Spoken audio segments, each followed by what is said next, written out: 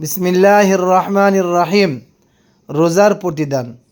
বুখারী শরীফে বর্ণিত হাদিসে হজরত আবু হুরায়রা রাদিয়াল্লাহু তাআলা আনহু বলেন, হজরত মুহাম্মদ মুস্তাফা সাল্লাল্লাহু আলাইহি ওয়াসাল্লাম ইরশাদ করেন, যে ব্যক্তি ঈমানের সঙ্গে সওয়াবের আশায় রমজানের রোজা রাখবে তার অতীতের গুনাহগুলো মাফ করে দেওয়া হবে। হজরত আবদুল্লাহ ইবনে উমর রাদিয়াল্লাহু তাআলা আনহু বর্ণনা করেন, রাসূল পাক সাল্লাল্লাহু আলাইহি ওয়াসাল্লাম ইরশাদ করেন, সিয়াম এবং কোরআন হাসরের ময়দানে বান্দা বান্দির জন্য সুপারিশ করবে এবং আল্লাহ তাআলা তাদের উভয়ের সুপারিশ কবুল করবেন।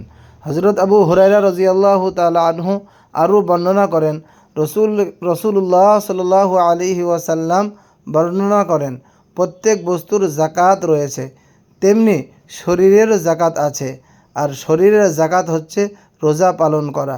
অর্থাৎ জাকাত দানে যেভাবে মালের পবিত্রতা অর্জন হয়, তেমনি রোজা পালনের মাধ্যমে শরীর পবিত্র হয়, গুনাহমুক্ত হয়। আল্লাহ রাব্বুল আলামিন আপনি আমাদের সকলের রোজাকে কবুল করুন, আমাদেরকে ক্ষমা করুন, আমাদেরকে রোজা এবং তিলাওয়াতের মূল ও সওয়াবের হকদার বানান। আমিন। আসসালামু আলাইকুম ওয়া রাহমাতুল্লাহি।